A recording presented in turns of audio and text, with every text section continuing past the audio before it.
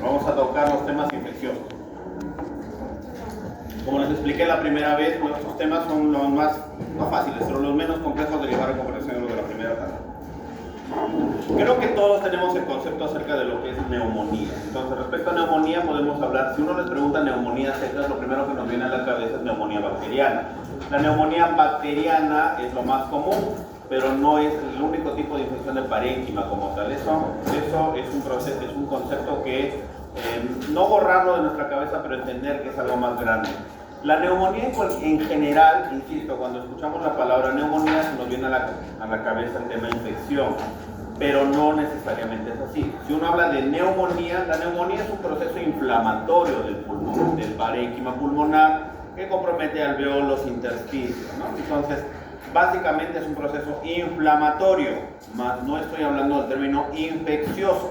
Si hablamos de un término infeccioso, ya hablaremos de algún germen involucrado.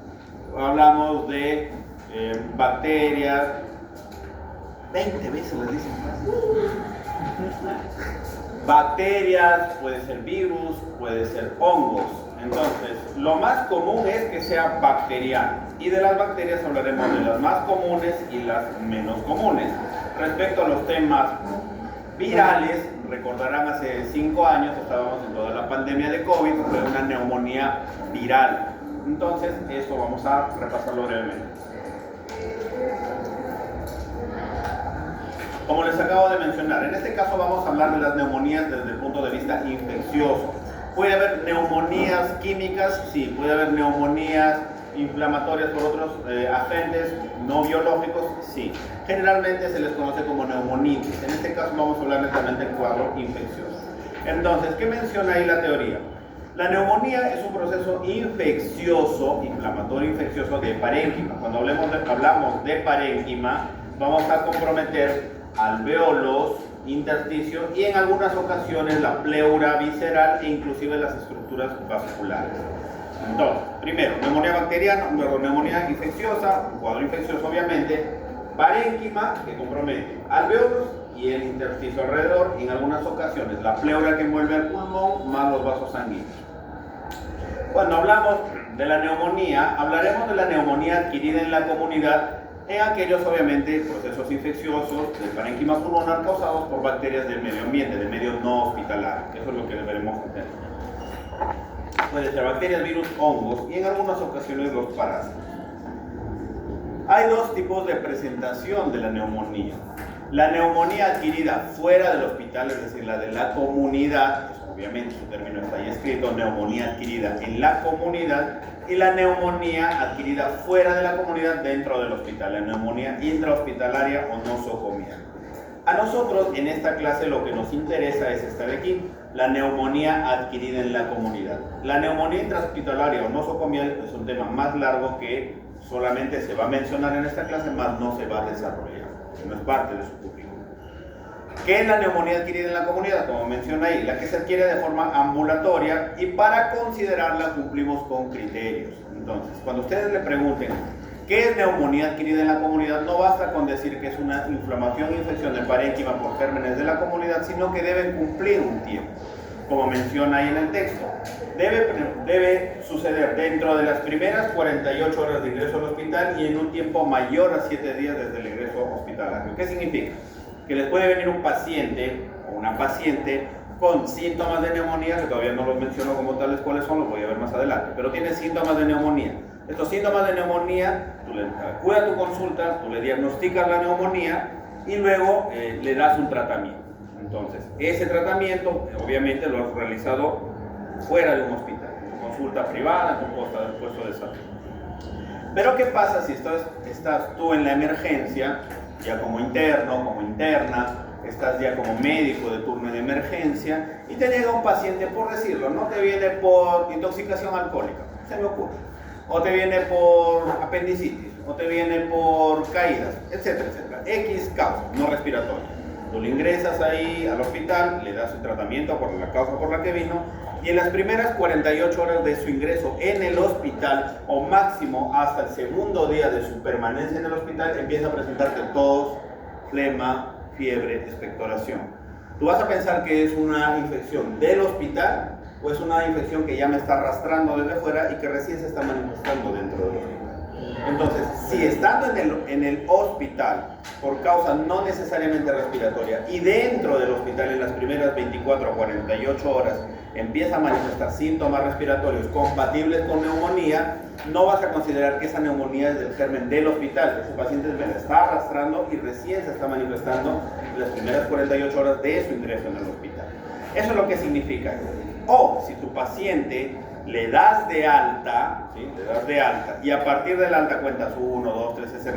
7 días y a partir del séptimo u octavo día posterior a que le diste de alta empieza a manifestar síntomas respiratorios, no vas a pensar que esos síntomas respiratorios son por una infección del hospital, es una nueva infección de la comunidad. Entonces, si nos entendemos, paciente con problemas respiratorios compatibles con neumonía, obviamente es una neumonía. Si tu paciente ingresa al hospital por cualquier causa no respiratoria y en las primeras 24 o 48 horas de su ingreso empieza a manifestar síntomas compatibles con neumonía, esa neumonía no es del hospital, la estás arrastrando. Y si por X motivo tu paciente le diste alta del hospital y fuera del hospital hasta después de la primera semana de haberle dado de alta empieza a generar problemas respiratorios compatibles con neumonía, esa neumonía tampoco es del hospital, es de la comunidad.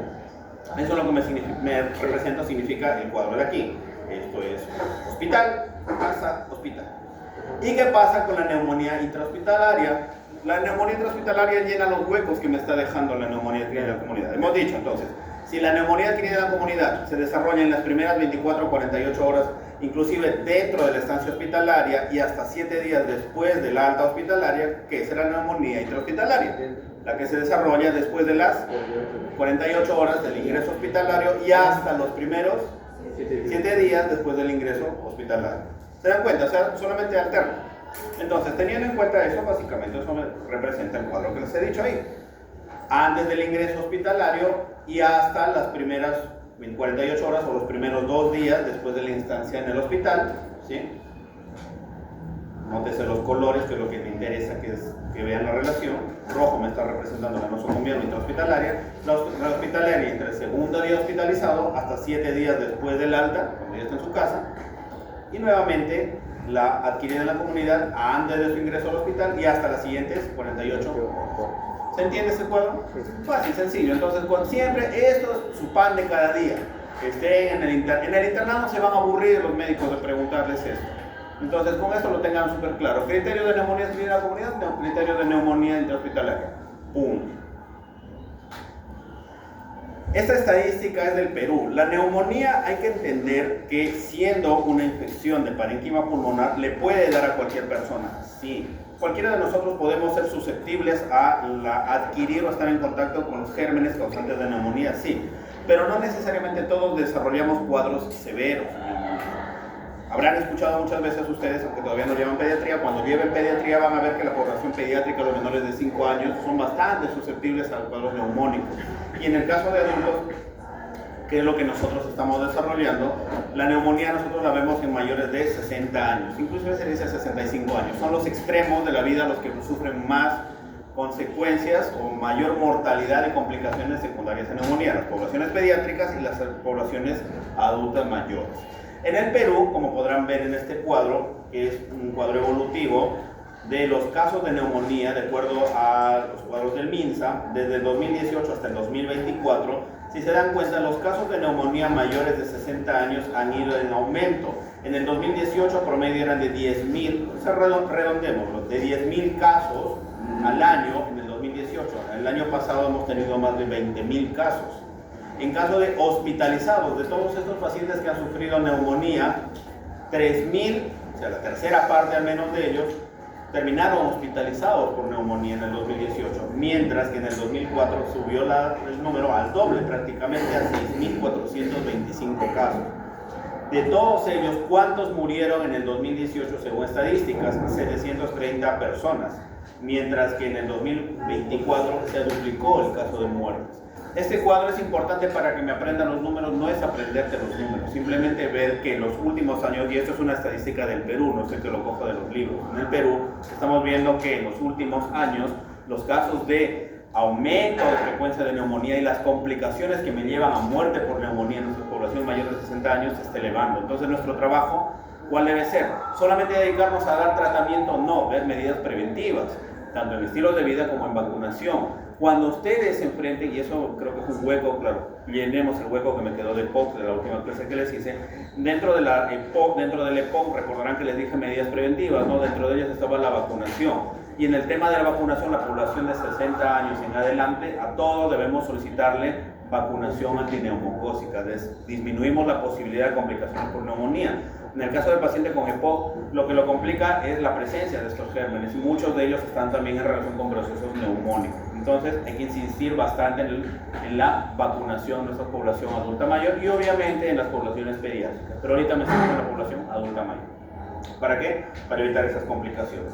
Si ustedes estuvieran a cargo de un programa, si fueran ustedes los jefes de programas de prevención de neumonía y ven estos cuadros, ¿qué insistirían ustedes en la gente que ustedes les están mandando, les están controlando, por decirlo de una forma? Hay que insistir en medidas preventivo-promocionales para evitar que estas muertes sigan avanzando. Recuerden que muchas de las personas que en los siguientes años van a terminar aumentando ese cuadro pueden ser nuestros padres, pueden ser nuestros abuelos. ¿Sí? Entonces hay que tener mucho cuidado con el tema de la prevención en pacientes con neumonía adulto mayor. En cuanto a la etiología, esto sí lo habrán visto hasta el aburrimiento en sus libros, al menos cuando han repasado estos temas, porque han venido leyendo algo para la clase, ¿no? Si todos le preguntan cuál es el germen más común causante de la neumonía, va a ser el estreptococo neumonio. Está muy bien, pero no es el único. Como pueden ver, hay ahí microorganismos que en cuanto a bacterias, lo más frecuentes y las más infrecuentes. En cuanto a virus, también lo más frecuente en niños, más frecuente en adultos y a su vez lo más infrecuente. ¿Qué es lo que nosotros deberemos saber? Lo más frecuente. ¿Por qué? Porque en base a eso daremos tratamiento. El Streptococcus pneumoniae encabeza la lista de los gérmenes más frecuentes y en segundo lugar tenemos el Haemophilus influenza. ¿Sí? Son los gérmenes más comunes causantes de neumonía adquirida en la comunidad. Debemos entender que estos dos gérmenes son los más resaltantes, pero que dependiendo de la población y del sitio de estudio pueden variar. Recuerden también, muchos de que estamos en campañas de vacunación, en esta época estamos en bastante campaña de vacunación. Las poblaciones son susceptibles no a todos los serotipos, porque cada uno a su vez tiene subtipos. Entonces, de repente en alguna población que tiene bastante prevalencia de vacunación antineumocócica empieza a prevalecer otro germen, los Haemophilus. O si tiene poblaciones no susceptibles a hemófilos, sino a estafilococos, empezará a crecer el estafilococo. ¿Qué quiero decirles de conclusión de todo esto? Que para cuestiones teóricas está bien que nos aprendamos estreptococo y hemófilos como los más comunes de los causantes de neumonía bacteriana adquirida en la comunidad, pero dependiendo de nuestra población puede variar. Como menciona este cuadro, la neumonía es la causa más frecuente de mortalidad asociada a la infección. Los patógenos predominantes en la neumonía extrahospitalaria son el Streptococcus, Haemophilus, Mycoplasma, neumonía y clamidia. Estos dos últimos consideraremos dentro de los gérmenes atípicos. Entonces, primera conclusión de esto: las neumonías pueden ser causadas por bacterias, en este caso hablamos de bacterias típicas y atípicas. ¿Para qué me sirve ese concepto? Porque cuando yo le dé tratamiento a mi paciente, voy a intentar cubrir esos dos tipos de gérmenes, los típicos y los atípicos. Y eso lo vamos a ver más adelante. ¿Sí? Entonces, primera conclusión de este cuadro: Streptococcus pneumoniae, Haemophilus influenza son los dos gérmenes más comunes causantes de neumonía bacteriana en cuanto a los etiológicos de los típicos. Y los atípicos son los Mycoplasma pneumoniae y Clamidia pneumoniae. Los géneros Legionella, Staphylococcus aureus, bacilos entéricos gram negativos también son causantes de neumonía, pero son dos cosas: uno, en pacientes susceptibles de cuadros severos, y dos, causan neumonías graves, neumonías que sí o sí se tienen que hospitalizar. Hasta aquí, me voy adelantando un poco. La primera gran pregunta es si nosotros, o ustedes en este caso, en algún momento se cruzan con algún paciente con neumonía. ¿A todas las neumonías se hospitalizan? No, hay criterios de CUP 65. Ya eso lo vamos a ver más adelante. Pero la primera conclusión es: no todas las neumonías se hospitalizan, ¿ya? Y cada neumonía a su vez va a tener un tratamiento diferente. Hasta aquí sí estamos adelantando, estamos avanzando bien, ¿se entiende, no? Hemos visto definición, estamos viendo los gérmenes más comunes, los típicos, los atípicos, también puede ser viral, incluyendo COVID-19, que no lo va a encontrar en la mayoría de literaturas, al menos antes del 2020, pero ahora sí se lo menciona. Y estamos viendo que la cantidad de muertes en los últimos 8 o 9 años ha aumentado en el Perú, hay que ver medidas preventivo-promocionales. Esto es lo mismo que estamos hablando, ¿no? Los otros mecanismos, los gérmenes, perdón, más comunes en causantes de neumonía. El estreptococo. Presentemos el estreptococo pneumoniae. El estreptococo pneumoniae es una bacteria gram positiva lanceolada, como dice el título, ¿no? Bueno, el texto, ¿no? 0.5 a 1.5 micras de diámetro. ¿Por qué es importante el diámetro de las bacterias? Porque, como vamos a ver en la siguiente diapositiva, nuestro sistema respiratorio, nuestro aparato respiratorio, desde la nariz hasta el epitelio alveolar, va a hacer filtro para evitar el ingreso de las bacterias. Y cada uno va a tener un punto en el cual va a evitar que avancen las bacterias dependiendo del tamaño de estas mismas, ¿no? Son no formadores de esporas, anaerobias facultativas, agrupadas en diplococos, como podemos verlo en la imagen. Pues, el único reservorio natural del estreptococo es la nasofaringe humana. Y de ahí, pues obviamente, es la transmisión vía respiratoria. Es el más común de las neumonías, agente más común de las neumonías bacterianas adquiridas en la comunidad. Atípicos: micoplasma, clamidia, pneumoniae, el Citachi, Coxsackie burnetii y Legionella pneumófila. De eso quiero que se aprendan los dos primeros al menos: micoplasma, pneumoniae y clamidia pneumoniae. ¿Ya? Compromiso es intersticial. Intersticial es esto que ustedes pueden ver aquí, que se llama patrón vidrio esmerilado. ¿Sí? Estas lesiones que ya conversamos varias veces en las anteriores diapositivas, en las anteriores clases. ¿Qué es lo que...? Intra, claro, eso les dije la vez pasada, ¿no? Si ven la distribución geométrica clarita, que respeta acá el patrón grueso, diríamos inter. Pero si ven así difuso, sin bordes definidos, esto es intranobuliliar. Intranobuliliar es básicamente una inflamación. ¿Se acuerdan del intranobuliliar? Tanto del alveolo como de los vasos, ¿sí? Adyacentes por un edema y extravasación. Punto. Eso es lo que representa estas imágenes que ustedes ven aquí. ¿Cuál es la característica de eso? Y esto sí es importante para su práctica clínica: la disociación clínico-radiológica. ¿Alguna vez han escuchado el término disociación clínico-radiológico? Les explico muy brevemente. Tengo que hidratarme, no va a salir un gallo en cualquier momento. Entonces, la disociación clínica radiológica es sencilla. ¿En qué sentido? Explicarlo. Si yo les digo tengo un paciente con neumonía, ya me voy adelantando, lo que escuchamos es el sonido llamado crepito. Entonces, el crepito húmedo, tú colocas el estetoscopio al paciente en el pulmón, obviamente en el segmento o en la parte afectada vas a escuchar el crepito. Ese sonido grueso, continuo, que algunos dicen como si fuera el frotar del cabello, ¿no?, de la persona. Entonces, eso es un crepito. Yo veo a mi paciente, lo ausculto, tiene sintomatología obviamente, ausculto, escucho el crepito, veo la imagen y veo las lesiones parenquimales. Entonces, lo que yo veo, la imagen, coincide con lo que escucho en mi examen físico. Pero hay algunos pacientes que tú les auscultas y el aire pasa bien, no escuchas nada, todo está bien, aparentemente está bien, pero le sacas una imagen y ves algo como esto. Entonces no coinciden lo que escuchas con lo que ves. Eso se llama disociación clínico-radiológica. Y es bastante común de los pacientes con enfermedades bacterianas por gérmenes atípicos e inclusive por enfermedades virales. Nunca se olviden de eso, porque muchas veces las auscultan y lo hemos cometido, me incluyo en algún momento de la práctica, hemos tenido ese error, ¿ven? Auscultan, no tiene nada, vaya a su casa. Mínimo, nunca se olviden, siempre, al menos en la parte respiratoria, yo siempre lo digo inclusive en la práctica privada a mis pacientes, prefiero 1000 veces pecar de exagerado que de confiado. Entonces, no pierden nada con pedirle al menos una plaquita a su paciente. No, pero escucho normal, no hay nada. En algún momento de su consulta se acordarán, quizás, aunque no se acuerden mi apellido, pero dirán: el doctor que hizo neumología alguna vez me dijo disociación clínico-radiológica, mi paciente viene por tos, viene por fiebre, pero lo escucha y no tiene nada. Vaya a su casa. ¿Se va a ganar una demanda? Buena. ¿Cómo se evita esa demanda? Pídanle una imagen y punto, se acabó y se ahorraron el problema. Nunca se olviden de eso, por favor. ¿Ya? Bueno, múltiples manifestaciones extrapulmonares de replicación intracelular. De toda esta diapositiva lo que me interesa son tres cosas. Una, que se sepan los nombres de los atípicos, la presentación representación radiológica, la disociación clínico-radiológica y esto de aquí, no sensibles a beta-lactámicos, pero sí a macrólidos. ¿Por qué? Porque cuando demos el tratamiento de neumonía bacteriana, nunca se olviden, siempre cubrimos comunes y atípicos. Los comunes ya los cubriremos con un grupo farmacológico y los atípicos los cubriremos con otro grupo farmacológico. Este cuadro lo he sacado, estas diapositivas, haciendo una pausa, acá les mando las diapositivas, los paso, para que, o sea, estas diapositivas he cogido como de 4 o 5 guías clínicas, o sea, mejor lo tienen resumidito acá, yo les estoy dejando la pepita de un montón de cosas, para que no estén rompiendo la cabeza. Pueden leer algo extra, pero les estoy dejando bastante sitios.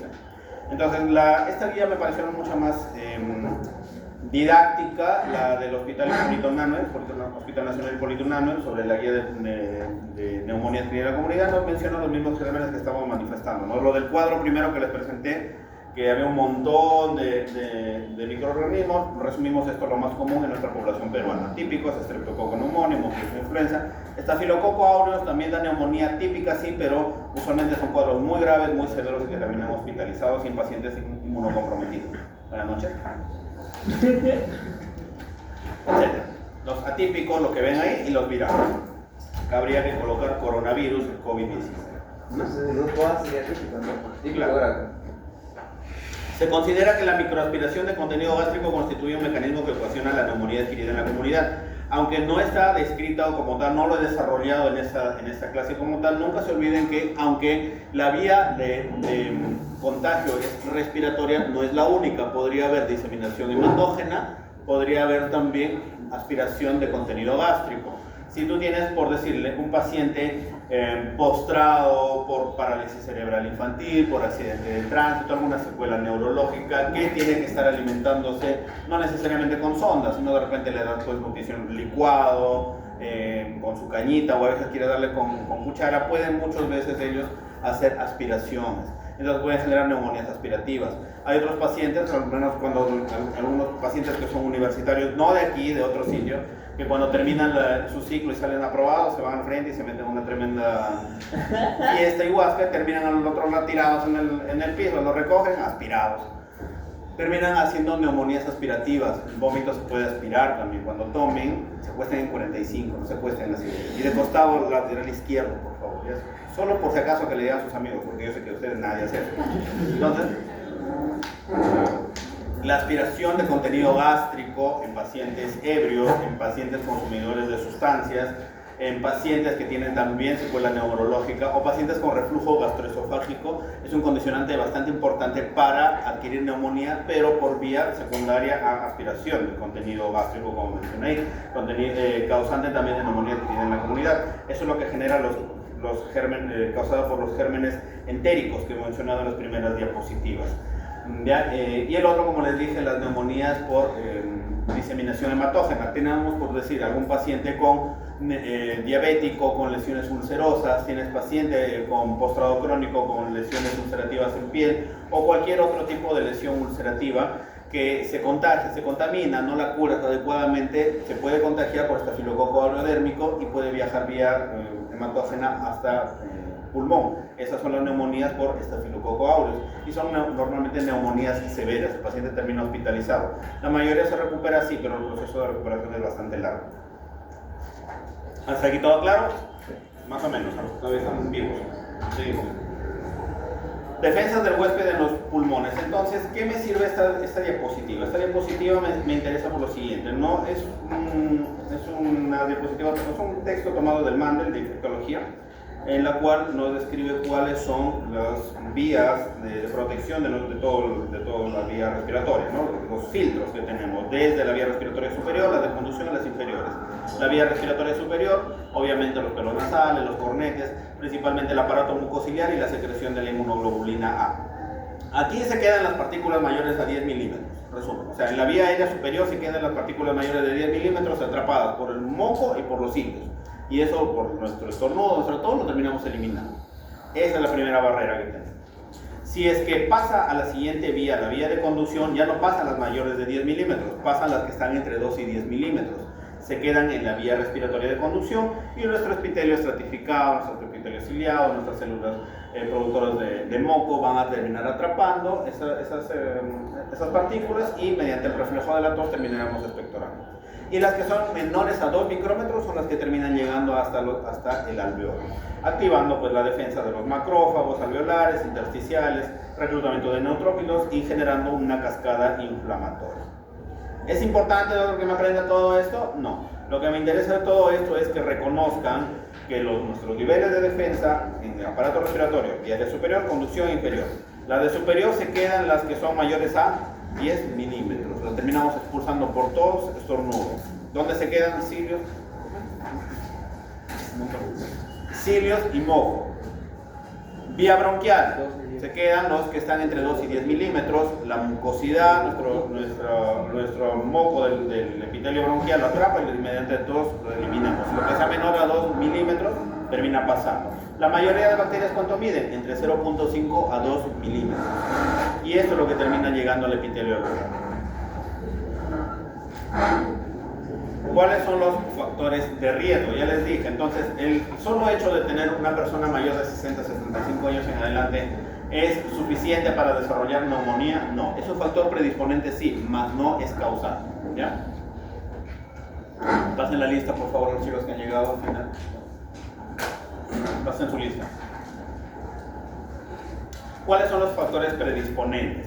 Uno, obviamente, son los del ambiente, mayores de 65 años, pacientes hacinados, residentes de un hogar de cuidado geriátrico, dependiendo del estilo de vida, ¿no? Pacientes que fuman, que toman, malnutridos, todos que tienen las enfermedades que ya hemos visto previamente, asma, SPOC, pacientes renales, enfermedades cerebrovasculares, cardiovasculares, pobre higiene dental. La neumonía aspirativa también está en relación con la pobre higiene dental. Hay muchos pacientes que desarrollan neumonías aspirativas y no tienen ningún factor de riesgo aparentemente. Tú los estudias por todos lados, no tienen reflujo, no tienen traumatismo cerebral, no son consumidores de sustancias. Aparentemente todo está bien y vemos la dentadura que está mal lograda. Entonces, dentaduras no cuidadas terminan siendo focos de microaspiraciones causantes de neumonía. Eso es lo que hay que cuidar. Inmunosupresión, hablamos de corticoides, entonces elevación. ¿Dentadura postiza o normal? No, la normal. Me refiero a la postiza, obviamente, con los cuidados del caso. Me refiero a las dentaduras careadas, con secreción, gingivitis, etc., ¿no? Factores hereditarios, fibrosis quística, bronquiectasia congénita. Básicamente son factores de riesgo que me predispondrán a desarrollar neumonía, principalmente en nuestros adultos mayores. Entonces, ya aquí reconocimos cuáles son los gérmenes principales causantes de neumonía, ya reconocemos que hay gérmenes adquiridos en la comunidad, los más comunes, que son típicos, y los menos comunes, los atípicos dentro de las bacterianas, y que también tenemos parasitarias, virales. Ya reconocimos cuáles son nuestra población objetivo, cuáles los factores que deberíamos modificar, son por decirle, ¿no? Retirar el hábito tabáquico, retirar el alcoholismo, ver los cuidados de dentadura, todo esto ¿para qué? Para que en los siguientes años, cuando alguno de ustedes esté haciendo algún tipo de exposición sobre ese tema, o estudiando o enseñando a la otra persona, no aumenten ese cuadro que quedó en el 2024 y sigamos en curva ascenso en la población afectada. Ya les he dicho, muchos de ellos pueden ser nuestros padres, nuestros abuelos, no queremos que entren en ese cuadro. ¿Ya? Ahora veamos cómo identificamos. Entonces, ahora la gran pregunta es ¿cómo identifico? Identificamos al paciente con neumonía cuando tenga los siguientes síntomas. Tos básica. Si estamos estudiando neumología, estamos en el capítulo de neumología, de nuestro paciente lo mínimo que debe presentar es tos. Entonces, tos seca o tos productiva. Tos productiva. La tos productiva puede ser purulenta, esto es variable. El color, por si acaso, ya les voy adelantando. Muchas veces algunos colegas, y me incluyen algunos, pero ya ahora muy raro, decimos, tienes flema verde, antibiótico, tienes flema amarilla, antibiótico. La flema no es un criterio para dar antibiótico, es un todo, ¿sí? Por si acaso, es un todo. ¿Y de qué depende el color amarillo? ¿De qué depende el color verdoso? Depende de la secreción de tus inmunoglobulinas y de tu secreción de moco, pero no de la defensa de tu cuerpo. No es que, está verde, voy a darle antibiótico. Está amarillo, voy a darle antibiótico. No necesariamente. Está blanco, voy a darle antibiótico. Está pus, voy a darle antibiótico. Ahí sí, pues no, mira. Pero cualquier otro color no les determina. Vean en contexto. ¿Ya? Vean el contexto de su paciente. Obviamente, pues si veo un paciente con tos productiva, amarillo, verdosa, purulenta si fuera el caso, está con fiebre, con escalofríos, con tos aguda. Aguda me refiero a que se ha desarrollado en días o en la última semana. Esto me diferencia de un paciente que me viene con tos, flema y fiebre de 2-3 semanas. ¿Por qué? Si tengo un paciente de tos, flema y fiebre de 2, 3, 4 semanas, ¿voy a pensar que es una neumonía? No, que es mi primera opción. Tuberculosis. Entonces, para eso es lo que he estado haciendo en las clases anteriores. Si viene mi paciente por tos seca, tos seca, y se empieza a cansar desde el último mes, los últimos 2 meses, ¿pensaré en neumonía? ¿O en qué pensaré? No seca, fibrosis, si quieren verlo. Entonces, esas son las diferencias en cuanto al tiempo, pero si me viene con tos productiva recién en las últimas semanas, los últimos 4 o 5 días, ya con fiebre, expectoración, malestar, dificultad para respirar, dolor torácico, malestar general, falta de apetito, pues no voy a estar pensando en tuberculosis, no voy a estar pensando en bronquiectasis, si es que no hubiese el caso, ¿no? Debo pensar en neumonía, sobre todo si es paciente adulto mayor. ¿Qué es lo que espero encontrar entonces? Ya primero me llega el paciente a consulta, vengo doctora, vengo porque tengo tos desde hace 5 días, estoy con fiebre, estoy tomando mi paracetamol, ibuprofeno, etc. y no me calma la fiebre. Baja un poquito, pero nuevamente llego hasta 38, 39 grados de temperatura. Tose con flema, sí. ¿De qué color es la flema? Verde, amarillo, etc. Ya, malestar general, sí, tengo malestar de cuerpo, me duelen los músculos, me duelen las articulaciones, me duele la cabeza. ¿Está bajando de peso? No, no estoy bajando de peso. Sigo comiendo bien, pero estoy con ese malestar. Entonces ya, ¿cuántos años tiene? Tengo 70 años. Fuma de vez en cuando. Entonces ya tengo 2 opciones, o bronquiectasias o neumonía. Recordarán que son factores de riesgo, podría ser algún EPOC. Pero como es agudo, boto todo lo demás y me quedo con neumonía. El tiempo me define mucho las enfermedades. Nunca se olviden, el tiempo y la sintomatología, pero sobre todo el tiempo. Entonces, vamos a proceder a auscultar a ese paciente. ¿Qué es lo que vamos a auscultar? Esto no se olviden, pectoriloquia, egofonía y broncofonía. Aquí es difícil si no tengo el audio para poderles hacer escuchar. Pero los sonidos se escuchan ampliados, como que pones un parlante y se te escucha mucho más claro, con eco. Lo sientes como si hubiera un eco, como que tú hablas dentro de un espacio vacío. Se escucha eso, más fuerte el sonido. Eso es pectoriloquia, egofonía. Si tú auscultas vas a escuchar crepitantes. Este es el llamado soplo tubárico. Sería bueno, no tengo un audio, pero intenté conseguir, pero no. El soplo tubario. El soplo tubario es una pregunta que no diré todos los años, pero es bastante frecuente, sobre todo en los exámenes de NAMI para la residencia, lo que postulan de salud. Soplo tubario es característico de neumonía. A la percusión, matidez o submatidez en la área afectada. Otros yo prefiero decir disminución de la sonoridad pulmonar. La palpación menciona aumento de las vibraciones vocales. Esto sí es importante, por eso le han colocado el gráfico con el cual tuve este de aquí. El único síndrome, la única enfermedad respiratoria en la cual vas a encontrar aumento de vibraciones vocales es en la neumonía, ¿sí? No se olviden, por si acaso. Podría preguntarles por ahí, como que podría que no. Podría estar regalándoles una pregunta, como que podría no regalar. ¿Sería patognomónico? ¿Ya? Es patognomónico, pero sí es distintivo, no patognomónico. En la medicina existen muy pocas cosas patognomónicas realmente, no que no existan, pero existen pocas realmente. Inspección, paciente disneico, depende, pues si es que recién hace un día, 2 días es muy difícil que lo encuentres disneico, pero si ya esto es productiva, fiebres con fríos de por lo menos 4 o 5 días, ya lo vas a encontrar disneico, ¿no? Estudio de imagen, entonces ya tienes tu paciente con sospecha de, lo ocultaste, escuchaste soplo tubario, crepitantes unilaterales, disneico, con fiebre, tos productiva. Lo primero que vas a pensar es en neumonía. Pero ¿cómo confirmamos la neumonía? La neumonía se confirma con estudio de imagen. Eso es lo que deben ser claro, ¿no? Ahora, los estudios de imagen en neumonía se van a... antiguamente, o digamos lo más común es pedir una radiografía.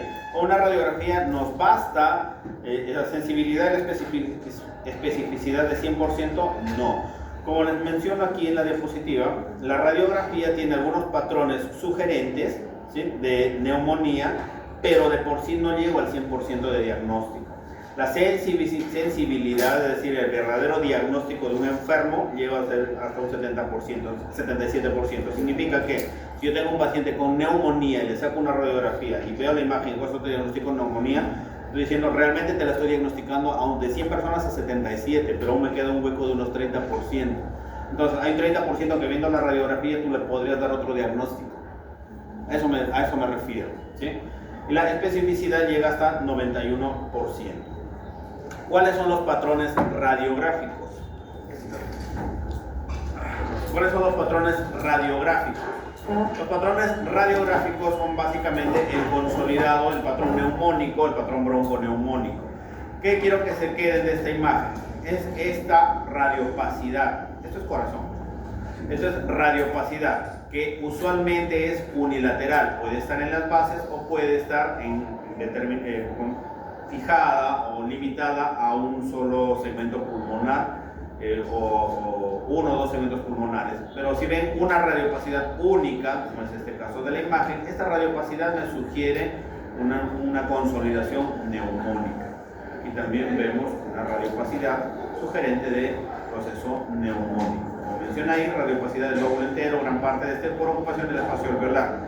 ¿Qué es esta radiopacidad? ¿Qué es lo que me determina o qué me está representando? Si yo pudiese ver el alveolo ya les dije, está lleno de aire. Hemos hablado en el mecanismo de insuficiencia respiratoria por ventilación-perfusión, cuando el alveolo, que debería estar lleno de aire, empieza a llenarse de cualquier otra sustancia que no es aire, en este caso edema, secundario al proceso inflamatorio, el alveolo, el espacio de aire, se empieza a llenar de agua. Y el agua, por la transparencia que tiene, por la captación del rayo, me va a generar esa imagen. Esto me está representando que los alveolos están llenos de agua.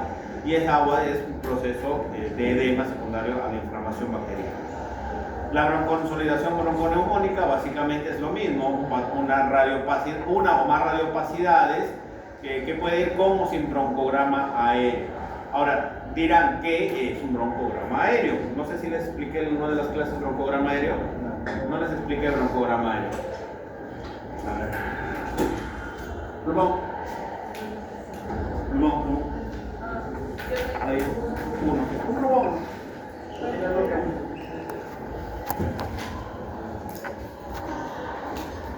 Acá no hay mucho que dibujar. Broncograma es.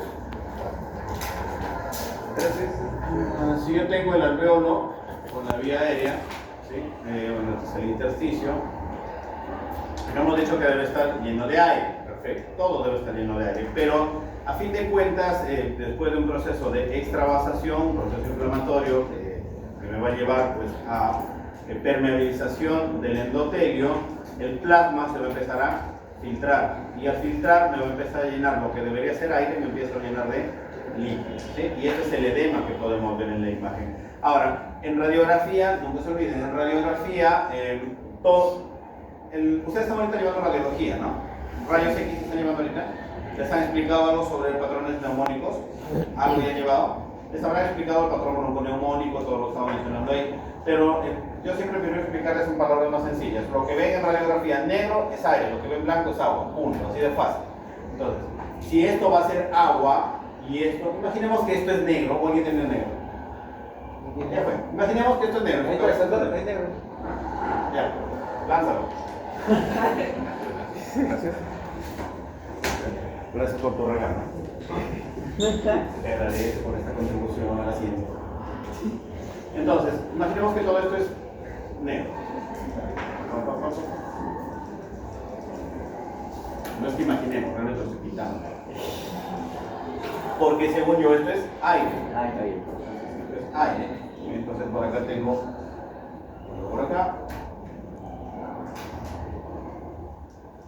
blanco es agua. Por acá.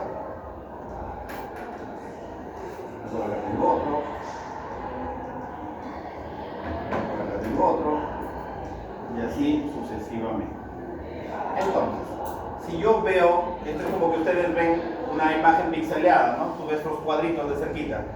Pero empiezas a alejar la imagen, ya ves la imagen mucho más completa. Imagínate que yo todo esto lo voy a empezar a ver de lejos, ¿no? Entonces yo veo esta imagen, imaginemos que es un cuadro, estoy haciendo una ampliación. En mi ampliación, en mi zoom, voy a terminar viendo algo así, como que esto fuera el pulmón. Imaginemos que esto es un pulmón. Y por acá voy a ver líneas negras. ¿Sí? Líneas negras. En un fondo, imaginemos que esto es blanco. No me queda, no puedo pintar nada. En un fondo blanco. Más o menos, si se entiende más o menos el concepto a los de atrás, no sé si lo pueden ver acá, pero. Hola, ¿me puedes hablar desde ahí? Hola, ¿qué pasó?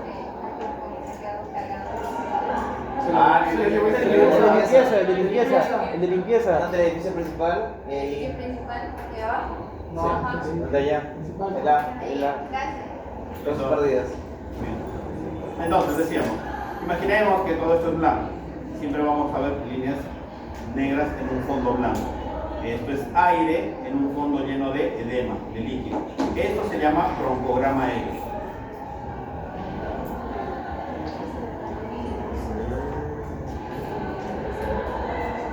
Entonces, es mucho mejor o más fácil verlo en tomografías que en radiografías. En radiografía depende de la calidad de la radiografía, porque también ustedes han explicado que las radiografías tienen calidad, deben tener criterios para calidad.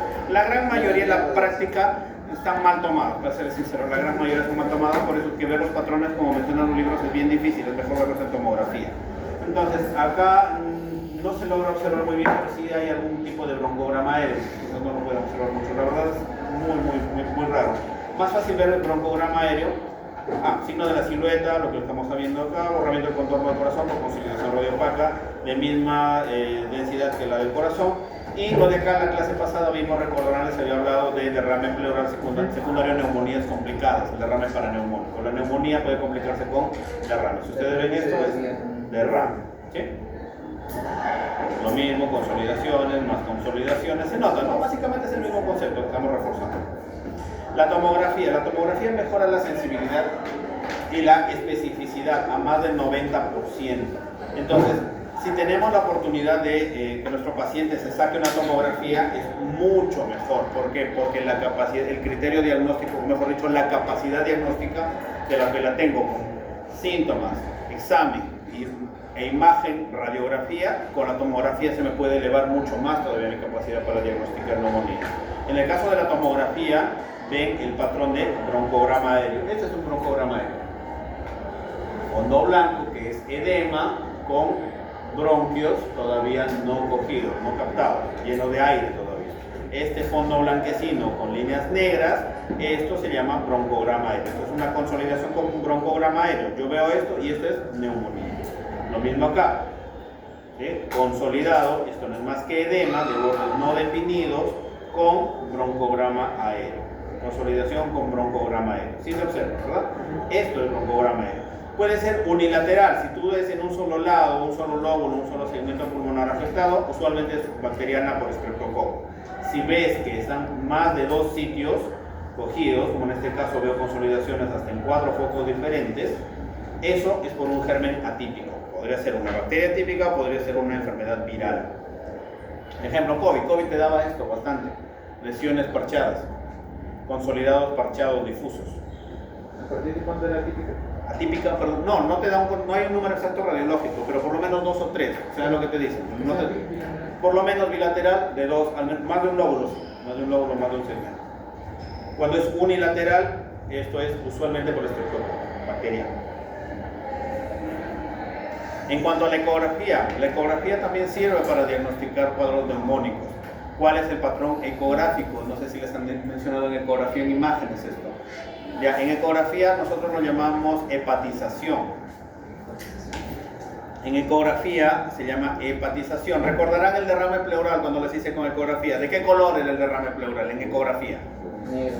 Negro. Entonces, acá, ¿qué es lo que ven? ¿Qué es lo que me señala la línea blanca? Líquido. Líquido. Ya. ¿Este es el pulmón, doctor? No, este es el hígado. Este es hígado. Esta es una ecografía tomada de un paciente al azar, un paciente random, como quieran llamarlo ustedes, pero en una base pulmonar. ¿Por qué? En la base pulmonar derecha.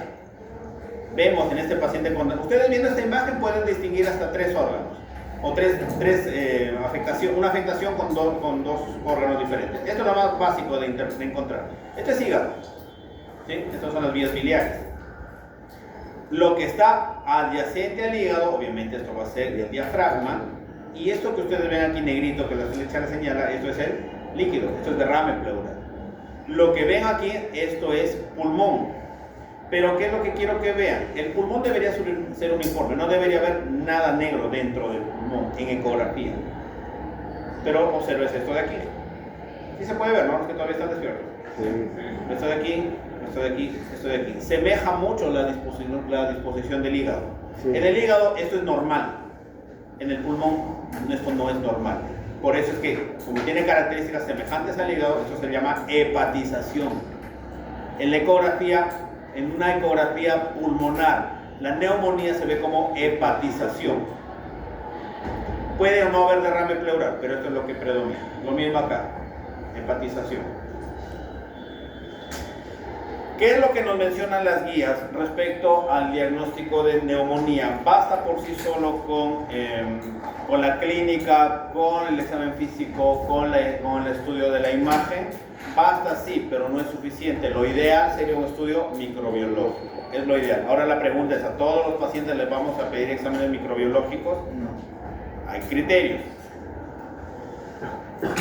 Entonces la pregunta es, doctor, si necesito microbiología, entonces espero el resultado del cultivo para darle tratamiento. Claro, empieza, pídele igualito que la tuberculosis. Salió negativo, salió negativo, salió negativo, salió negativo. Después de 5 meses, doctor, aquí salió un positivo y tu paciente, no sé, ya le están celebrando misa de misa, no sé.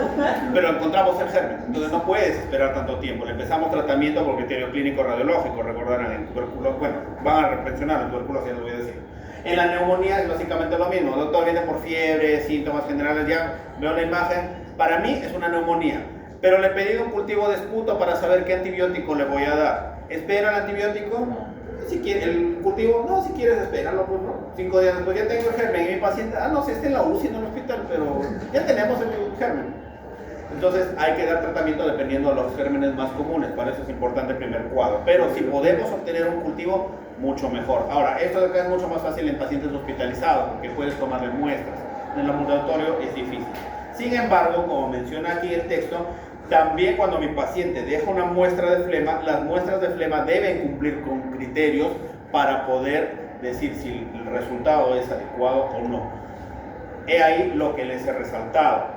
¿Qué menciona? Voy a leer desde el principio. Examen microscópico, cultivo de esputo, espectorado siguen siendo las piedras angulares de la evaluación de laboratorio para la neumonía, a pesar de que existe controversia sobre sensibilidad y especificidad. Aunque no hay normas definitivas, el número de neutrófilos y células epiteliales es una constante, una para su práctica clínica, estos dos valores que les voy a presentar, uno para su práctica clínica, dos para cuestiones de examen, porque también les encanta preguntar eso en los exámenes, ¿no? A los que algún día quieren postular a internado en salud, o a los que van a dar su ENAM, bueno, todos van a terminar dando ENAM más adelante, o a los que más adelante quieren examen para residencia. Esta es una pregunta bastante común. Una buena muestra de esputo en la cual tú puedes diagnosticar o estar seguro que el germen identificado es bueno, debe cumplir dos criterios: el conteo de los polimorfos nucleares y el conteo de células epiteliales. Eso te lo reporta el laboratorio, ¿eh? Por si acaso, cuando un laboratorio, tú pides un cultivo a cualquier laboratorio, el laboratorio debe reportarte el resultado del germen y debe reportarte el número de células epiteliales y el número de polimorfos nucleares que ha encontrado en la muestra. Si los polimorfos nucleares te los informa como 25 más y las células epiteliales menor a 10, eso es una muy buena muestra y te sirve para tomar una decisión terapéutica. Pero si tienes un resultado de un cultivo con un germen identificado, no te vas de frente a dar el tratamiento. Siempre ve la calidad de tu muestra. Si es menos de 25 polimorfos nucleares o menos de 10 epiteliales, esa muestra ponte a dudar que sea una buena muestra. Inclusive hay cultivos negativos, como pacientes con clínica que te canta que es una neumonía, pero la muestra, los criterios de polimorfo y células epiteliales no cumplen lo que está aquí resaltado, no lo tomas en cuenta. Y tomas en cuenta que sigas por tu criterio clínico. ¿Sí? Entonces no se olviden. Una buena muestra, ¿cuándo digo yo que es una buena muestra? 25 o más neutrófilos o polimorfos nucleares y 10 o menos células epiteliales. Esos son criterios para decir que mi muestra es buena y puedo tomar una buena decisión para el tratamiento. Es ahí donde vamos avanzando de poquito. Ya tengo la sospecha, ya le examiné a mi paciente, ya le pedí la imagen, ya tengo todo, ya diagnostiqué neumonía. Muy bien. Inclusive ya el paciente se me adelantó, doctora, vengo con mi resultado de mi cultivo. Ve, tiene más te informa como polimorfos nucleares en 100 y células epiteliales en 2. Es una buena muestra, entonces confío. Estreptococo neumonía, ya cantadito. ¿Qué le vas a dar? Para que tú digas qué le voy a dar, primero debo saber ante qué tipo de neumonía me estoy enfrentando. Para saber ante qué tipo de neumonía debo pensar. Hay neumonías que son manejables en su casa, tú le das su tratamiento, le envías a casa y le haces seguimiento ambulatorio, o hay neumonías que tú no puedes esperar en casa y tienes que terminar dándole tratamiento en un hospital o enviándolo inclusive a esta unidad de cuidados intensivos.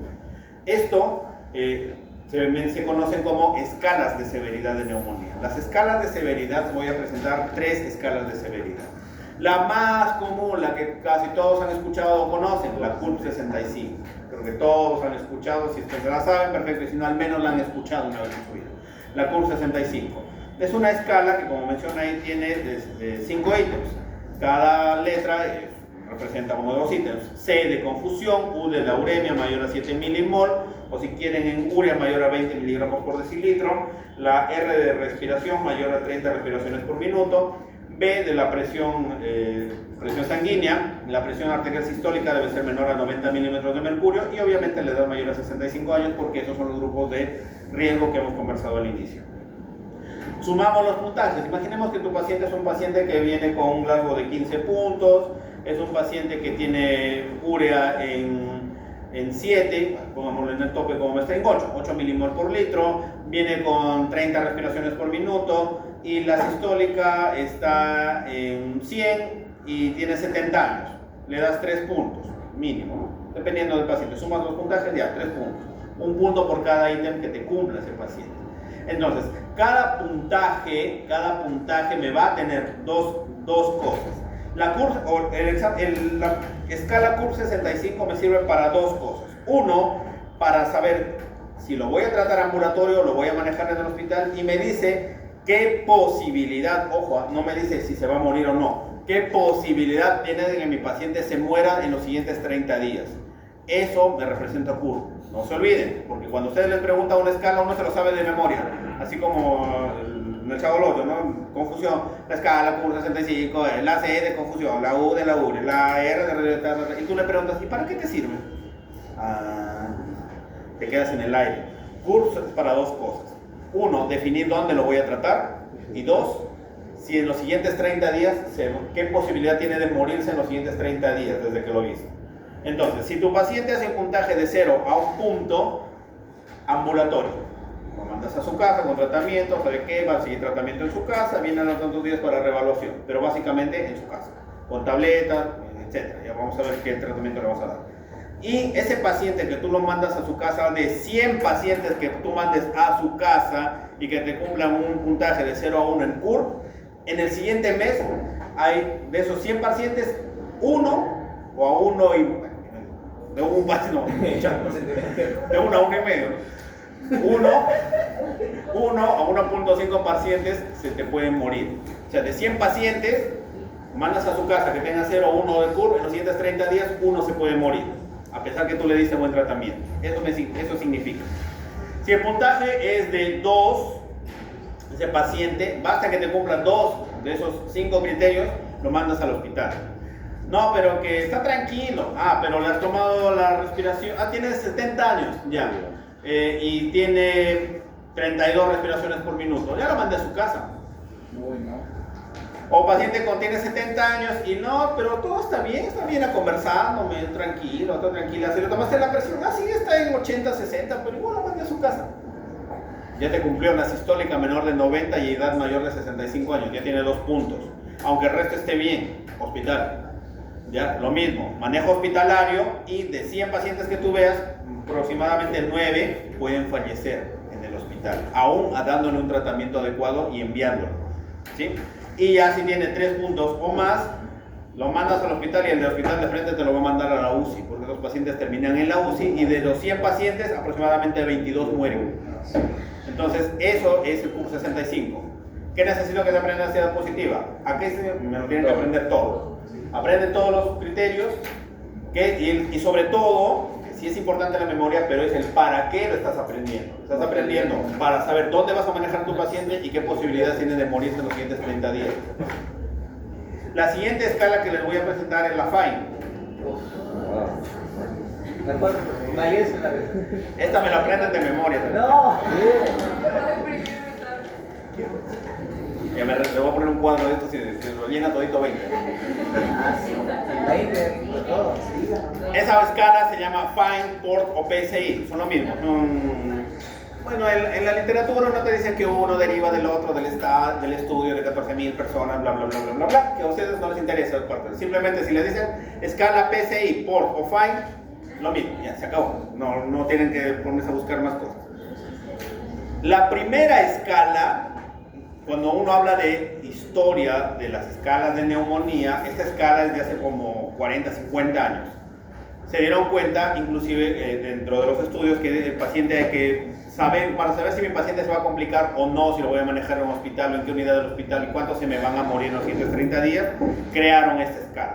La primera escala en crearse es esta realmente, la PCI, la Porter-Lafine, ¿ya? Esta es la primerita. Vieron que hay un montón de variables, ¿no? Que terminan sumando los puntajes, y según los puntos que tú sumes vas a ir de la clase 1 a la clase 5. La finalidad es la misma. Ves dónde vas a manejar a tu paciente y cuántos de los que tú has diagnosticado o de esa población podrán morirse en los siguientes 30 días. Pero ya entonces, doctor, es igualito que la curva. Ah, es ahí donde viene el tema de la historia. Como esta es la primerita que se creó, todos los que quisieron aplicarla en el mundo hicieron la misma reacción que hicieron ustedes ahorita. ¿Qué? No, yo no tengo, estoy en mi posta, yo no tengo para calcularte el boom, yo no tengo para calcularte el sodio. Ah, tienes razón, hay que hacerlo resumido, y es ahí de donde sale la curva 65. O sea, realmente la curva 65 deriva de la PCI. La PCI Porter-Lafine es la primerita, pero como todos hicieron el ¿qué? Como hicieron ustedes, entonces ya, para que no se complique la gente, vamos a pasar a resumirles. Y eso es lo que es más común manejable. Pero me dicen, entonces, ¿la curva es mejor que la Fine? No, realmente la que es mejor es la Fine. Pero por utilidad usted no va a estar en su posta atendiendo con su paciente, con 25 pacientes en la cola, con tu cuadrito. A ver, vamos a hacer. Mira, así también murió el paciente, ¿no? Estos usualmente se hacen en el hospital. Cuando sucede un paciente que te ingresa, ya les he dicho, y desarrolla síntomas neumónicos en las primeras 24 o 48 horas, estamos asumiendo que es una neumonía adquirida en la comunidad. Ya la tengo en el hospital, ya tengo internos que me hagan la chamba, ya tengo residentes que me hagan la chamba, y ya pues todo es diferente, ¿no? Y los internos tienen a sus externos que les van a hacer la chamba, entonces tienen más facilidad de que desarrollen todo esto. ¿Ya? El objetivo, insisto, es el mismo: mortalidad a los siguientes 30 días y dónde lo voy a manejar. Esto de acá no me interesa que se aprendan este cuadro, pero sí al menos la clasificación. La clase 1, ¿dónde lo voy a manejar? La 2, ¿dónde lo voy a manejar? 1 y 2, ambulatoria. La 3 es observación corta. Como son pacientes ya en su mayoría con criterios hospitalarios, ya los vemos más en el hospital, los tenemos en observación. Pueden tenerlos 6 horas, 8 horas en observación, y según eso decide, ¿lo mando a su casa o lo envío a hospitalización? Entonces, 1 y 2 de la Porter-Lafine o PCI, ambulatorias. La 3, observación corta. 4, 5, hospitalario. Y de estos, los que ingresen al hospital, no todos se van a quedar en una cama de emergencia o se van a quedar en una cama de hospitalización. Algunos se pueden complicar y terminan en una unidad de cuidados intensivos. Es ahí donde ustedes realmente hacen el trabajo como futuros internos y como médicos que van a desarrollar en un momento, decidir, porque de esto, y créanme, de esto van a vivir ustedes, al menos hasta que se desarrollen en el área que ustedes deseen. Pero hasta que llegue ese momento, de esto van a ver un montón. Cuando vengan al paciente por neumonía y ustedes le hacen CUR o PCI, ¿cuál es mejor, doctor? Ambas son buenas. Si tú puedes hacer una o la otra, excelente. Pero sea cual sea la decisión que tú tomes, sobre todo con la PCI, si tienes la facilidad de todos los parámetros y defines a tu paciente en que este paciente debería pasar a la UCI. ¿Y cuál es el criterio para pasarlo a la UCI? Entonces es ahí donde vienen los criterios de neumonía severa. Estos criterios de neumonía severa para que a tu paciente lo pases a una unidad de cuidados intensivos.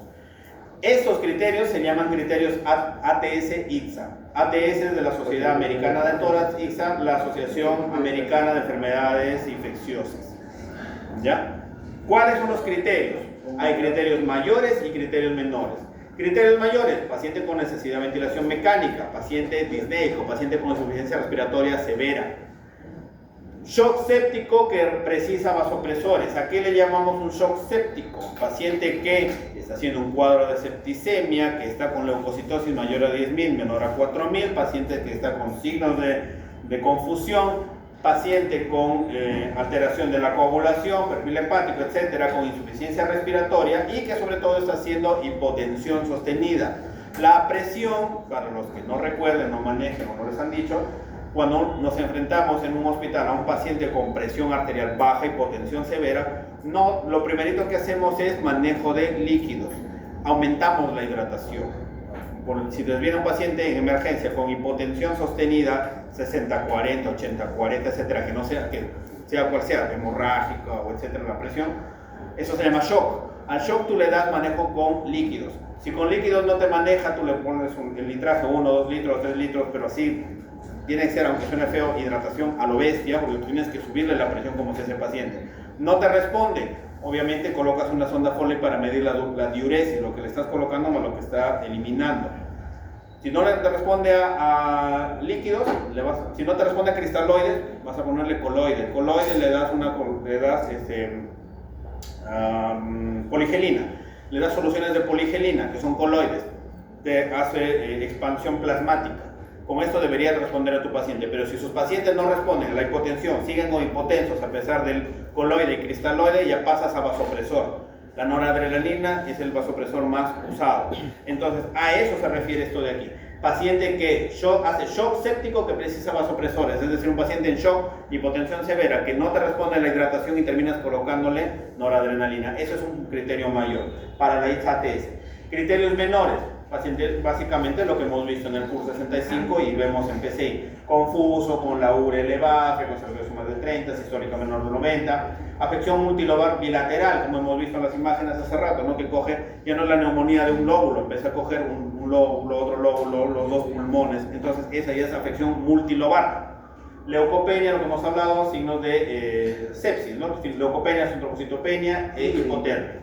¿Cuántos criterios debe cumplir mi paciente que ha entrado al hospital y yo lo considero una neumonía grave y yo no lo puedo tener en cama de hospitalización, si yo tengo que mandarlo a la UCI? Debe tener por lo menos uno de estos dos criterios o 3 de estos para pasarlo a la UCI. Y la otra escala de severidad de neumonía se llama SMART-CoV. La curva más se lo sabían, ¿no? Sí. Ya tienen más para estudiar. Qué lindo. No, porque yo era feliz antes de entrar a esta clase. SMART-CoV. El SMART-CoV, como igual que el CUR, cada letra te simboliza o tiene su significado. Aquí el SMART-CoV también tiene lo siguiente: S de la presión arterial sistólica, M de múltiples de las lesiones, más de un lóbulo, que son múltiples lóbulos afectados en radiografía, A de la albúmina, menor a 3.5, R, frecuencia respiratoria, relación entre factor respiratorio y edad, esos son unos cuadros acá que presentan. T de factor cardiovascular, de la taquicardia, mayor a 125 latidos por minuto. C de confusión. O de oxigenación, cualquiera de estos valores, que son valores gasométricos. P del pH menor a 7.35. ¿Tengo que aprenderme todo eso? No. No tienes que aprenderte todo esto, porque si se dan cuenta, estos son ya manejos hospitalarios. Entonces, ¿para qué sirve? Dice aquí, predice la necesidad de soporte respiratorio, vasopresor intensivo, es decir, que yo le dé es un shock, que tiene que, todo shock responde a vasopresor, o se maneja con vasopresor. ¿Cuántos de los pacientes con neumonía adquirida en la comunidad van a terminar en soporte ventilatorio, intubados y con vasopresores? Entonces, el SMART-CoV, ¿para qué me sirve? ¿Cuántos se van a morir? No me dice cuántos se van a morir. ¿Me dice cuál tengo que manejarlo en casa o mandar al hospital? No, porque está en el hospital. Me dice cuántos van a terminar en la UCI y cuántos van a terminar con apoyo vasopresor, de pacientes que han desarrollado neumonía adquirida en la comunidad. Entonces, repasemos las escalas nuevamente. CUR, la más facilita. Es como esas distorsionadas. Tenemos el CUR 65, la más básica. Si lo hospitalizo o no lo hospitalizo, ¿cuántos se me van a morir en los siguientes 30 días? La más facilita. La PSI, esto parece esos memes, ¿no? Los TikTok, no empieza con la carita suave, lo empieza con música tétrica, poco a poco. Imagínense, esa es la primerita que va. Luego viene. Y acá ya te terminas con tu cara así de miedo, ¿verdad? Entonces, esta de acá es la más facilita. Creo que debí ponerles eso. Sí. Lo tendré en cuenta para la siguiente, cuando les haga los otros chicos. El otro módulo. El otro módulo, lo estaré en cuenta. Un segundo. ¿Aló? Sí, buenas tardes.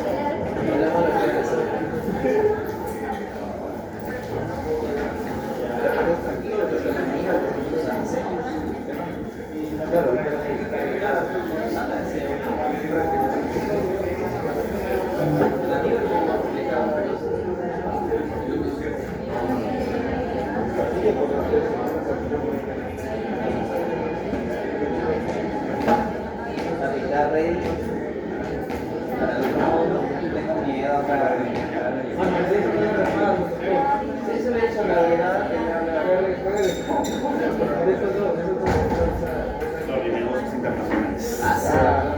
Entonces les decía, curso 65, entonces es la más facilita. Tengo que me dieron sin querer una buena idea, por otro por bueno. Entonces, esta es la más fácil, mortalidad 30 días y dónde lo manejo. Si en su casa mirando televisión o lo mando al hospital. PSI Portofind, esta me dice lo mismo, pero ya con mayores criterios. De todos estos se podrían complicar algunos y terminar en neumonía hospitalizados. ¿Cuántos de los hospitalizados los voy a mandar a la UCI? Depende de los criterios INSA-ATS para saber cuántos van a terminar en la unidad de cuidados intensivos. Y de los que terminen en cuidados intensivos, cuántos van a terminar intubados y con vasopresor. Tenemos el SMART-CoV. Esos son son las escalas de severidad en neumonía. Y doctor, ¿de cuál de todos ellos es el que mejor me voy a decidir para tomar una buena decisión? El juicio clínico. ¿Ya? Ojo, no les estoy diciendo, entonces eso no sirve para nada. No, depende también mucho de tu juicio. ¿Por qué? ¿Por qué decimos el juicio clínico? Porque si se han dado cuenta hay un montón de variables y no todos los hospitales tienen todas las variables. O hay muchas veces, y se van a cruzar un montón de veces, necesitamos la albúmina para desarrollar, tú te vas, ¿no? Te vas al asistente, doctor, necesitamos el nivel de albúmina para determinar la escala SMART-CoV y necesito el pH. Ah, no, se ha acabado el reactivo de la albúmina. No tenemos jeringas de alas. Te fregaste con tu SMART-CoV.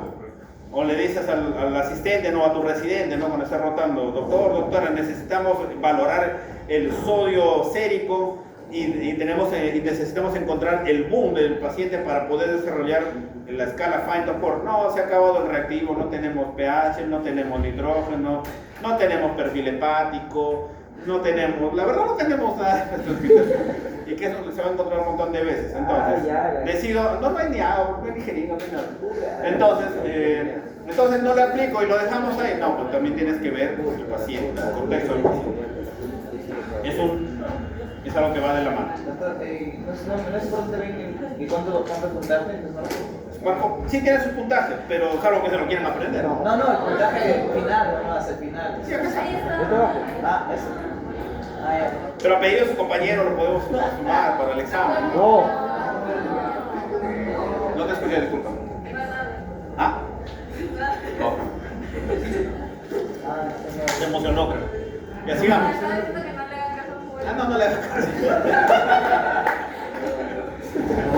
Felizmente la última clase. No en el mal sentido, no creo que la cosa que sale. Tratamiento. Ahora sí, ya se rompieron la cabeza, ya diagnosticaron, ya pidieron tomografía, ya pidieron, sacaron sus escalas. Ahora, ¿qué le voy a dar a mi paciente? Ya, eso es lo que a la mayoría le gusta, ¿no? Yo quiero de frente ir al grano, ¿qué le voy a dar? Entonces, ¿qué es lo que le vas a dar? Depende. Si es ambulatorio o es hospitalizado. Lo primerito que debes tener en cuenta. ¿Vas a manejar paciente neumonía en el hospital o lo vas a manejar en la comunidad, ambulatorio? Si es ambulatorio, es el sin comorbilidades y lo que es el con comorbilidades. El sin comorbilidades, como mencioné ahí, sin comorbilidad o riesgo para MARSA. ¿Qué es MARSA? ¿Alguien sabe? Estafilococo aureus meticilina resistente, ¿ya? O Pseudomonas aeruginosa. ¿Cuáles son los pacientes no susceptibles? ¿Cuáles son los pacientes que tienen alto riesgo de desarrollar neumonía por Estafilococo aureus meticilina resistente o por Pseudomonas aeruginosa? Los pacientes con historial de ingresos hospitalarios repetitivos, pacientes con neumonías a repetición. Esos pacientes, usualmente, si tú tienes un paciente en el historial que ya tiene varios ingresos en el último año por ya sea emergencia o hospitalizado por neumonía, paciente que usuario crónico de antibióticos, hay gente que estornudó, se va a la farmacia, deme lincomicina, deme ceftriaxona, deme tal antibiótico, les encanta tomar antibióticos hasta en la sopa. Entonces, gente que utiliza mucho antibiótico, gente que tiene múltiples ingresos hospitalarios, gente con historial de resistencia ya previa a algunos antibióticos y te viene por neumonía, no vas a pensar difícilmente en un estreptococo. Usualmente ya son gérmenes resistentes los que están en esos pacientes. Si no tienen ninguno de esos factores de riesgo, es decir, solamente es una persona mayor de 70 años, por ejemplo, y no tiene ningún otro problema, no utiliza antibiótico para nada, es un paciente sin comorbilidad y sin riesgo para alguna infección por microbio resistente, ¿no? Entonces, ¿qué le vas a dar? Menciona acá, amoxicilina, doxiciclina o macrólise. En macrólidos, acitromicina, claritromicina. Si se dan cuenta, es básicamente monoterapia. ¿Ya? Y es monoterapia. No, pero a mí en mi posta mi médico me dijo que tengo que darle amoxicilina más acitromicina. Yo no digo que esté mal, pero lo que le estoy diciendo simplemente es que hay que ver el contexto. La idea es de hacer uso adecuado de antibióticos, no excederse de antibióticos, porque le recordaré que el uso de antibióticos, bueno, más que esta persona, humilde persona, ustedes la van a sufrir más el uso de antibióticos, porque los antibiogramas con resistencias están cada vez que se elevan. Cuando ustedes ya estén de médicos, muchos quizás sean residentes o en algún momento asistentes, especialistas, créeme que el perfil de resistencia de los gérmenes va a estar en el aire, está disparado y cada vez tenemos menos armas por las que utilizar. Entonces, no abusen de antibióticos por abusar simplemente. No sean como yo les digo a veces a los residentes del hospital, ¿no? Los médicos ya que están en formación especialista. Bueno, ustedes no, a ellos se los digo, ¿no? Digo, parecen monos, un mono que le das una metralleta y dispara lo que caiga y algo le tengo que dar. ¿Por qué? Porque aunque le suene chiste, y yo paro peleo, soy uno de los pocos a los que odian en la emergencia del regional. Porque llega médico a la emergencia, llega paciente, si ustedes llegan por un hachís a la emergencia, aunque suene mal de mi hospital, nuestro hospital, ¿quién está ahí? Piperacilina, tazobactam. Y no estoy engañando, ¿no? Meropenem, vancomicina, colistina, desde que llegan por todos, neumonías en la comunidad la están manejando así. Entonces, por favor, rompan con esa idea. Que sí. No, pero, y siempre les pregunto, ¿y por qué le das? Ah, porque el asistente me dijo. Pues ustedes están formando y están pagando pensión, porque gratis no es esto, para que tengan criterio en cada área. Por favor, cuando den algo, háganlo con criterio, ¿sí? Ya ese fue el momento de la reflexión del día. Entonces, sin comorbilidades, el paciente en su comunidad, cuando ustedes estén dando tratamiento en su posta, cuando estén haciendo su externado, o estén haciendo su serum, paciente que le viene mayor de 65 años, ustedes ya no tengan neumonía, un curso 65 de 0, un punto máximo, tú le dices, bueno, vaya a casa, puede simplemente con amoxicilina, doxiciclina, o te dicen, no, yo soy alérgico a la moxi, a la penicilina, le puedes dar macrólido, así de simple, no se rompan, no se compliquen la vida. Pero si te viene un paciente ambulatorio, obviamente, pero con comorbilidades, EPOC, fumador, hipertenso, diabético, etc. Y entonces ya no utilizamos monoterapia, utilizamos ahí recién la doble terapia. ¿Por qué? Porque son pacientes que son muy susceptibles a infecciones por atípicos. Entonces, mientras en el primer grupo estamos los típicos, los comunes, en estos pacientes mayores de 65 con comorbilidades, la posibilidad de que tenga una infección por atípicos es elevada. Entonces, no le doy solo manejo para atípicos, sigo dándole manejo para el germen común, el típico, y le sumo el manejo de atípicos. ¿Cuáles son para los típicos? Amoxicilina clavulandi, con la presentación que ustedes ven, en la dosis que ustedes ven ahí, cefuroxima, ceftolozima, nunca lo he visto, lo encontré en la guía nada más. Amoxicilina y cefuroxima son similares. Más el macrólido, que puede ser acitromicina, claritromicina o en algunos casos doxiciclina. Es muy poco, no he visto mucho, sí he visto, pero muy alejado de utilizar doxiciclina. Lo más común es encontrar acitromicina, claritromicina. Entonces, esto cuando vean un paciente con comorbilidad. ¿Por qué tenemos estas opciones? Porque hay unos pacientes que son alérgicos a uno y tienen el otra arma, ¿no? Para que lo utilices. ¿Por qué le damos la claritromicina o el macrólido en general? Por el riesgo de atípicos. ¿Ya? Se suma a la izquierda y derecha, ¿eh? Se suma, claro, acá es uno solo. Acá los dos, no es el uno o el otro, son los dos, por eso acá está agrandado el más. ¿Ya? La duración de cuánto, y esto es importante, ¿y cuántos días debo darle el tratamiento antibiótico? Algunos 7 días, 10 días, no, todas las guías te dicen el tratamiento es de 5 días, son guías internacionales, o sea, no es porque a mí se me ocurrió, me inventó. 5 a 7 días, el promedio debe ser siempre 5 días en manejo de infecciones, en general infecciones, no solo respiratorias, ¿no? Infecciones comunitarias, sea urinaria, gastrointestinal, pulmonar, dependiendo del antibiótico que tú manejes y un paciente no complicado, un promedio de tratamiento de por lo menos 5 días, de 5 a 7 días. Algunos los tienen 10 días, 15 días con el mismo antibiótico. ¿Sí? Todo es comunitario. Claro, estamos en comunitario, ambulatorio, aquí está agrandazo en verde, ambulatorio. Manejados en el ámbito comunitario también puedes utilizar levofloxacino de 750 o moxifloxacino. ¿Sí? también se puede utilizar. Si no te das, claro, o sea, si es que hay unos pacientes que no le puedes hacer la combinación porque son alérgicos a uno o alérgicos al otro, podrías cubrir con levofloxacino, el moxifloxacino. Estos de acá tienen, estas fluoroquinolonas tienen muy buena cobertura antibiótica de la combinación de ambos. Levo o moxi, pero no se olviden, 750, porque la levo también la venden de 500. Pueden darle al paciente 500 o 750, o sea, si es de 500 le das tableta y media, le dices, ¿no? Si no encuentra, si no, de frente a las 750. Ahora, a nivel hospitalario, siempre en rojo lo pongo ahí, ¿no? Para entender, para distinguirlo. El hospitalario ya no dices cuál es con comorbilidad o sin comorbilidad. Ahí dices cuál puede ser severa o puede ser no severa. Para las no severas le darás esta combinación. Aquellas que no tienen riesgo para meticilina resistente ni pseudomonas. Ceftriaxona, que lo damos bastante. Dice 1 o 2 gramos, pero realmente el manejo es con 2 gramos. ¿no? Ceftriaxona 2 gramos, ampicilina sulbactam, cefotaxima, ceftarolina. Más acitromicina o claritromicina. Siempre, como se dan cuenta, es el más. No le estás dando o una o el otro. Puedes darle también en reemplazo de esto a levofloxacino, moxifloxacino o beta-lactámico más doxiciclina si contraindica macrólidos y quinolonas. Monoterapias. Con las fluoroquinolonas se puede dar monoterapia porque tienen cobertura para típicos y atípicos. ¿Ya? Entonces, ese es el principio del uso de las fluoroquinolonas con levo o moxifloxacino. Y en el caso de las severas, ¿sí? Con riesgo de meticilina resistente o pseudomonas aeruginosa, ahí sí damos todo eso por lo que me paro peleando en el hospital. Todo lo que le dan de entrada: vancomicina, linezolid, piperacilina, tazobactam, ceftazina, esronam, meropenem. Son pacientes con neumonías severas. ¿Y cuál es neumonía severa? Regresamos a mi cuadrito de criterios ITS-ATS. Ahí están, criterios mayores, criterios menores. Y para cerrar, la vacunación antineumocócica, hemos hablado bastante que la vacuna contra el neumococo debemos vigilar que nuestra población mayor de 65 años reciba vacunación contra neumococo. La vacunación para neumococo es vacunación solo una vez después de los 65 años, nada más, no es que al año, a los 2 años refuercen, no. La neumococo es una sola vez después de los 65 años, a diferencia de la influenza que sí es anual. ¿Sí? Efecto, bueno, mencionan ahí, ¿no? La BNP, de 23 polisacáridos, ¿no? Para 65 años o más, dosis única. El resto es pediátrico, no me meto ahí todavía porque no es pediatría. Gracias.